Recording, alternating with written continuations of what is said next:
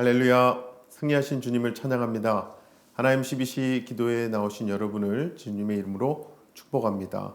오늘 하나님께서 주신 말씀은 열왕기하 4장 26절에서 37절까지 말씀입니다.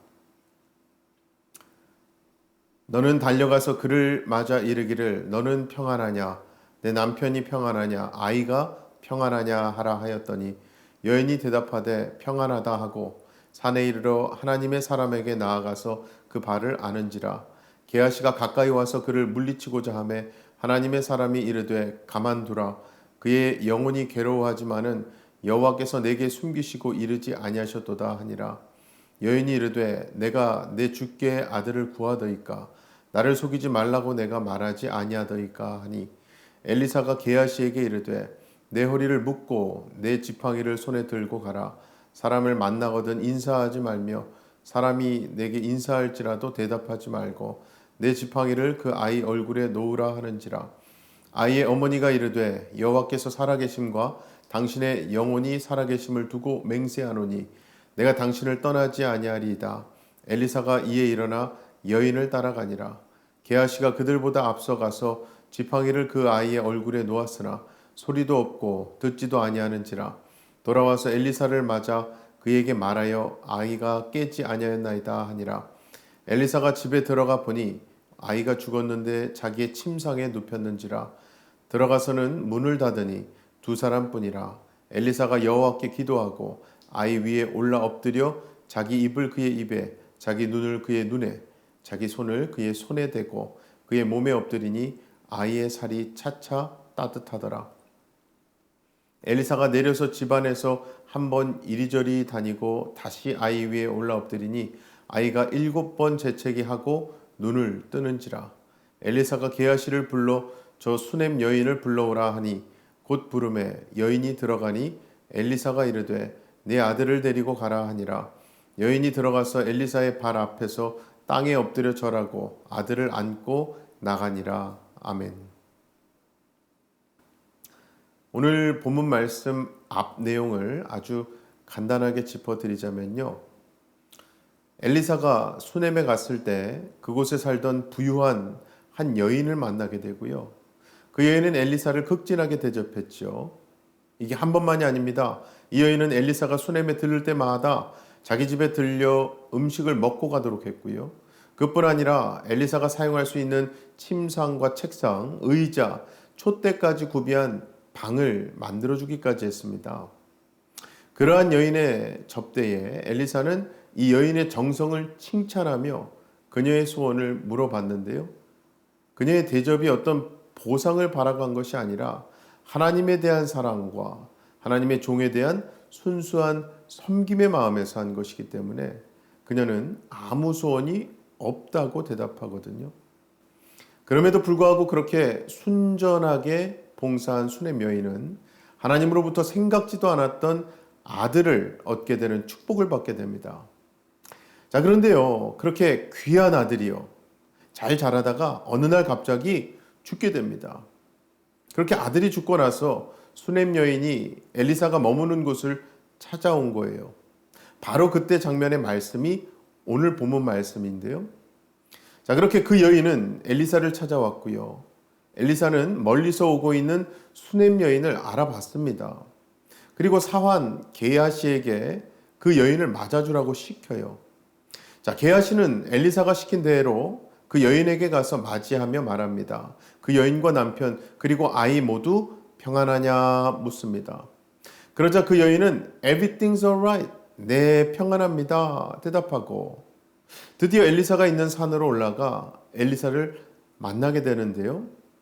저는 사실 이 장면에서 성경은 참 현실적이고 인간적인 모습을 솔직하게 보여주고 있구나 생각이 들었습니다. 지금 상황에서 게하시를 만난 그 수넴 여인은요, 평안한 상황 아니잖아요. 정말 everything's alright 상황이 아니지 않습니까? 그런데 지금 그 여인이 평안하다고 한 것은요, 지금 자신에게 있는 너무나도 힘든 상황을 사환이 아니라 엘리사에게 직접 말하고 싶은 어떤 마음의 표현 아니겠습니까? 그래서 오히려 그 평안하다는 답변 속에는요, 아들의 죽음이라는 그 충격적인 문제를 어떻게든 해결받아서 진짜 평안함에 들어가고 싶다는 큰 바람이 들어가 있는 것일 수도 있지요. 자, 어쨌든 그렇게 게하시를 지나친 수넴 여인은 엘리사가 머물던 산에 올라서 엘리사를 만나자마자 그의 발을 끌어 안았습니다. 27절 시작 부분에 보시면요, 산에 이르러 하나님의 사람에게 나아가서 그 발을 아는지라 하죠. 여기서 아는지라, 안다라고 하는 것은요, 히브리어 원어로 그 의미가 굳게 조이다, 달라붙다라는 의미가 있습니다. 그만큼 지금 수넴 여인은 어떠한 강력한 의지를 가지고 엘리사의 발을 강하게 붙잡은 거죠. 그래서 오죽하면 이 여인의 그러한 행동을 옆에서 보던 게하시가요, 그 여인을 좀 말려보려고 했습니다만 엘리사는 그걸 가만히 두게 합니다. 이걸 목회적인 관점에서 보자면 엘리사는 지금 이 여인에게는 자신의 감정을 표현하고 또 이 절망스러운 마음을 정리하는 것이 필요한 일이었다고 판단할 수도 있는 거예요. 왜냐하면 지금 이 수넴 여인의 슬픔은요, 아이가 없었던 슬픔보다 훨씬 더 크고 고통스러운 슬픔이기 때문입니다. 물론 다른 이유도 있을 수 있어요. 27절 끝부분에 보시면요, 가만두라, 그의 영혼이 괴로워하지만은 여호와께서 내게 숨기시고 이르지 아니하셨도다 하니라 했어요. 즉 지금은 엘리사조차도 아직 이 상황에 대한 하나님의 뜻을 알지 못했기 때문일 수도 있는 거예요. 그래서 저는 이 장면에서도 우리에게 참 중요한 메시지가 있는 것 같은데요. 그것은 바로 하나님의 뜻이 분명하지 않는 일, 즉 현재 벌어진 어떠한 상황을 쉽게 판단할 수 없을 때는요, 게하시처럼 무언가를 조급하게 결정하거나 판단하는 것보다는 혼란스러운 그 상황이 하나님의 말씀 안에서 이해가 되고 정리가 될 때까지 침묵하며 기도로 기다리는 것이 필요한 거죠.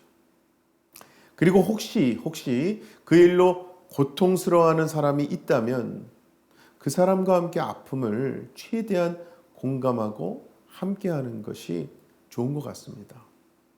즉 생각도 하나님께서 보여주시는 때에 하나님께서 보여주시는 방식으로 생각하는 거고요. 행동 또한 하나님의 말씀과 하나님의 사랑이 그 행동의 기준이 되는 거예요. 자, 그런 의미에서 다음 이어지는 말씀을 볼까요? 그 수넴 여인이 엘리사를 붙잡은 지 어느 정도의 시간이 지난 후였을 거고요. 또 어느 정도 자신의 감정을 정리했을 때였을 것 같습니다. 그 여인은 자신에게 벌어진 상황에 대해서 말을 하기 시작하는데요. 그 말씀이죠. 28절 말씀 보시면 여인이 이르되 내가 내 주께 아들을 구하더이까 나를 속이지 말라고 내가 말하지 아니하더이까 하니. 즉 그 여인은 자기가 아들을 구하지 않았지만 자신에게 아들을 주신 것은 정말 하나님께서 허락하신 은혜였다는 거예요. 하지만 그 은혜 때문에 지금 자신은 아이가 없었을 때보다 훨씬 더 큰 고통을 겪고 있다는 거거든요. 참 솔직하지 않습니까? 사실 이렇게 하나님 앞에서 인간으로서 솔직한 모습을 솔직하게 보여줄 수 있는 대표적인 성경이라면 시편 생각나지 않습니까? 시편에 보면요, 그래서 자신의 원수를 저주하는 시도 있고요, 때로는 자신을 이 땅에 태어나게 하신 하나님을 원망하기도 합니다. 중요한 것은 그러한 표현들을 성경은 하나님 앞에서의 무례하고 불경건한 모습으로 보기보다는 하나님께 자신의 상황을 솔직하게 고백하고 하나님의 은혜를 구하는 모습으로, 그러한 믿음으로 보고 있는 거예요. 그러한 성경의 관점을 볼 때 오늘 말씀에 나오는 이 수넴 여인의 표현 역시도 하나님 앞에 솔직하게 전심으로 나아가는 모습으로 볼 수 있는 거죠. 그래서 여러분, 이것은 우리에게도 마찬가지인 겁니다. 하나님께 원망이나 불평을 하더라도 어쨌든 그 하나님 앞에 은혜를 구하며 나아가는 것이 복된 거예요. 하나님께 어떠한 기대도 없는 사람처럼 뜨겁지도 차갑지도 않은 모습이야말로 진짜 심각한 문제 아니겠습니까? 자, 그러한 수넴 여인의 간구에 엘리사 선지자는 29절에 보시면은 엘리사가 게하시에게 이르되 내 허리를 묶고 가라. 사람을 만나거든 인사하지 말고 가라. 이것은 그만큼 신속하게 가라는 거죠. 여기서 가장 중요한 것은 내 지팡이를 손에 들고 가라는 거예요. 즉 우리가 출애굽기 때도 봤던 말씀인데요. 원래 이 성경에 나오는 지팡이는 하나님의 능력을 상징하곤 합니다. 즉 엘리야는 지금 하나님의 능력의 상징인 지팡이를 주면서 게하시에게 하나님의 능력으로 이 어려운 일을 감당하도록 명령하고 있는 거예요. 그리고 29절 끝에 엘리사가 보낸 이 지팡이를 아이의 얼굴에 놓으라고 하는 것은요. 결국 이 일을 할 수 있는 것은 엘리사의 능력이나 게하시의 능력이 아니라 하나님의 능력뿐이라는 겁니다. 하지만 수넴 여인은요. 엘리사 선지자가 직접 자신의 집에 와서 이 문제를 해결해 주길 바랬습니다. 그게 30절 말씀이었어요. 아이의 어머니가 이르되 여호와께서 살아계심과 당신의 영혼이 살아계심을 두고 맹세하노니 내가 당신을 떠나지 아니하리이다. 엘리사가 이에 일어나 여인을 따라가니라. 이것은요, 자식을 잃은 어머니의 간곡한 부탁이었고요. 또 선지자 엘리사를 통해서 하나님의 회복의 은혜가 일어나길 바라는 마음이었던 거예요. 자, 이 마음을 잘 아는 엘리사는 이 여인과 함께 죽은 아들이 있는 그 여인의 집으로 가지요. 자, 그런데요. 바로 그때 여인의 집에 먼저 도착했던 게하시가 엘리사의 명령대로 그 죽은 아이의 얼굴에 지팡이를 놓았었거든요. 하지만 아무런 일이 일어나지 않은 겁니다. 그 이유는 엘리사만 능력이 많고 게하시는 능력이 없어서가 아니라 지금 엘리사가 수넴 여인의 간절한 그 요청에 그 집으로 가고 있기 때문에 결국 엘리사 선지자의 손으로 하나님의 능력이 일어나기 위함이었던 거예요. 그리고 나서 32절 33절 말씀을 보시면요. 엘리사가 집에 들어가 보니 아이가 죽었는데 자기의 심상에 눕혔는지라 들어가서는 문을 닫으니 두 사람뿐이라. 엘리사가 여호와께 기도하고. 자, 여기서 엘리사가 그 집에 들어가서 문을 닫은 이유는요. 전에 기름병에 기름이 넘쳐나게 되는 이적 때와 같이 하나님의 은혜의 역사가 일어나는 데 있어서 그 무엇에도 방해를 받지 않기 위함이었습니다. 그것은 곧 하나님께만 집중하기를 원한다는 의미이기도 하거든요. 즉 하나님의 은혜가 아니고서는 어떠한 것으로도 그 어려움이 해결될 수 없음을 의미하는 거예요. 여러분, 그게 기도 아니겠습니까? 기도. 그래서 이때 결국 엘리사가 그 죽은 아이를 위해 할 수 있었던 것은요, 사실상 기도밖에 없었던 거예요. 그러한 점에서 사람을 살리는 능력과 권한은요, 엘리사에게 있는 것이 아니라 오직 하나님의 능력에만 있음을 우리는 기억해야 합니다. 그리고 우리 기도의 방향 역시도 바로 여기에 있는 거죠. 그러한 기도 시간 후에 엘리사는 죽은 아이를 살리기 위해서 게하시를 통해서 하나님의 능력의 상징이지요. 그 지팡이를 그 아이 얼굴에, 즉 눈앞에 두었어요. 그리고 나서 엘리사가 직접 하나님의 능력을 드러내는 지팡이가 되어서 죽은 아이 위에 누움으로 그 아이와 함께 했지요. 바로 그때부터 조금씩 아이의 몸이 따뜻해지기 시작한 겁니다. 그렇게 그 아이는 결국 살아난 거예요. 사랑하는 우리 성도 여러분, 우리 주변에 그 영혼의 상태가 죽은 사람과 같이 자신의 인생을 힘겨워하는 사람들이 있다면 그 사람의 눈앞에, 또 그 사람의 입 앞에, 손 앞에 하나님 능력의 근원이 되는 하나님 말씀을 가져다 놓으셔야 합니다. 그래서 그 사람이 하나님 말씀을 통해 하나님의 사랑을 경험하고요. 또 그 마음이 조금씩 따뜻해지는 경험을 하게 된다면, 그렇게 되면 바로 그때부터 그 영혼은요, 말씀의 생명력 덕분에 회복되고 되살아나는 놀라운 은혜를 경험하게 되는 겁니다. 혹시 여러분 중에 내 삶이 텅 빈 황무지와 같이 혹은 깊은 물속과 같이 참 허무하고 어둡게 느껴지시는 분이 계시다면 태초에 빛이 있으라는 말씀으로요, 세상을 창조하신 하나님께 나를 새롭게 창조해 달라고 기도해 보시기 바랍니다. 우리가 정말 오늘 말씀에 나온 이 여인과 같은 심정으로 하나님께 나아간다면요, 말씀으로 세상을 창조하시고 말씀으로 모든 생명을 주관하시는 하나님께서 우리에게 새로운 생명과 은혜의 능력을 부어주실 줄로 믿습니다. 또 만약에 내 삶이 나 스스로의 힘으로 날아보려고 애쓰다가 어떤 한계에 부딪혀서 낭떠러지 아래로 추락하는 것 같다면요, 더더욱 성령 하나님께서 내 삶을 운행해 달라고 간구하시는 거예요. 그러면 아버지 하나님께서는 마치 어미 독수리와 같이 날아와 날개 위에 우리를 업어주시며 다시금 날아올라 살아갈 힘을 주실 줄로 믿습니다.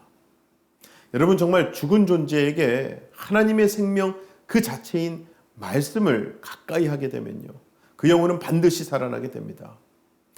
그리고 그 되살아난 생명이 그 생명을 유지하고 더 아름다운 모습으로 가꾸어 나가기 위해서는요, 항상 하나님을 향해 마음의 창문을 열고 기도하는 것이 필요합니다. 마치 다니엘이 항상 성전을 향해 창문을 열고 기도했던 것처럼 말입니다.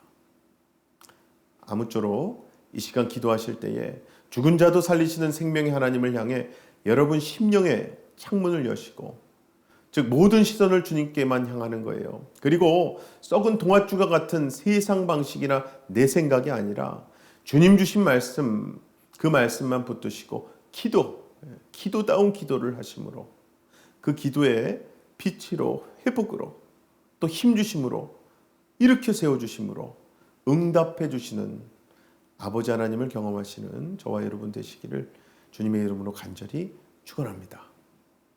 이 시간 함께 기도하실 때에 오늘 말씀은요, 결국 하나님만이, 말씀만이 우리로 하여금 낙심과 실패에서 영원한 생명과 기쁨으로 건져낼 수 있다는 거거든요.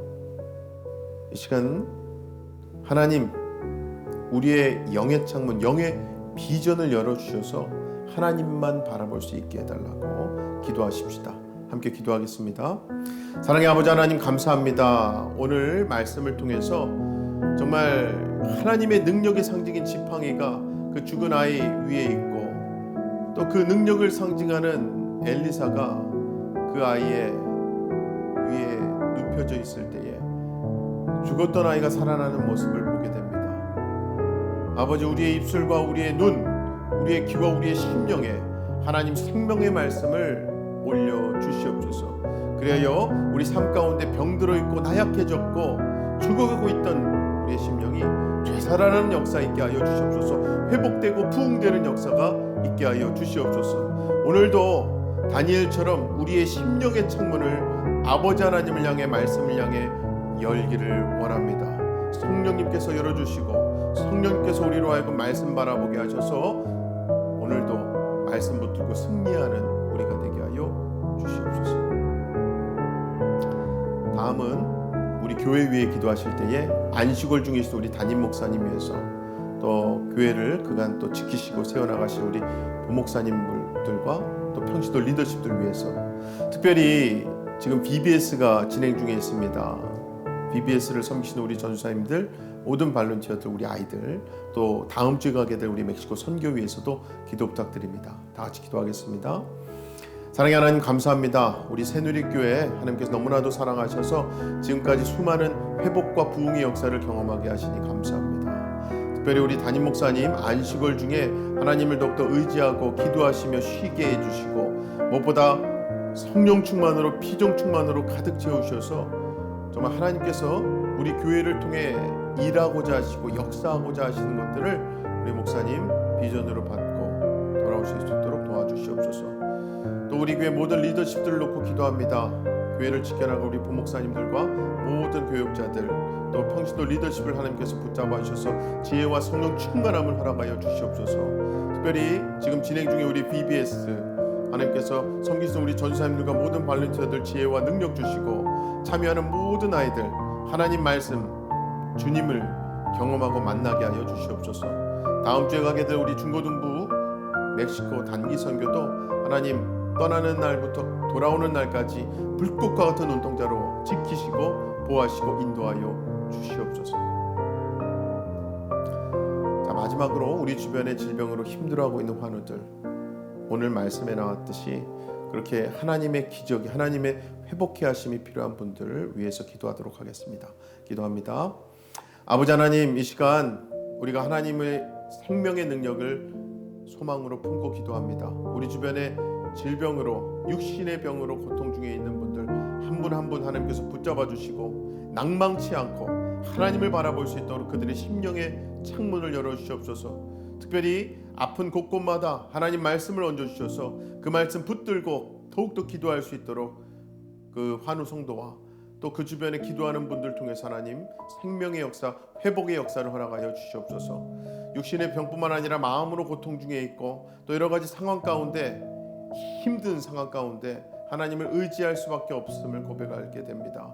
하나님, 그러는 모든 상황 속에 있는 분들 하나님께서 어루만져 주시고 함께 하시고 그 모든 상황 가운데서도 승리하신 주님께서 함께 하신다는 사실을 기억하게 하시고 매번 기도할 때마다 하나님께서 붙들고 계시다는 믿음을 허락하여 주시옵소서.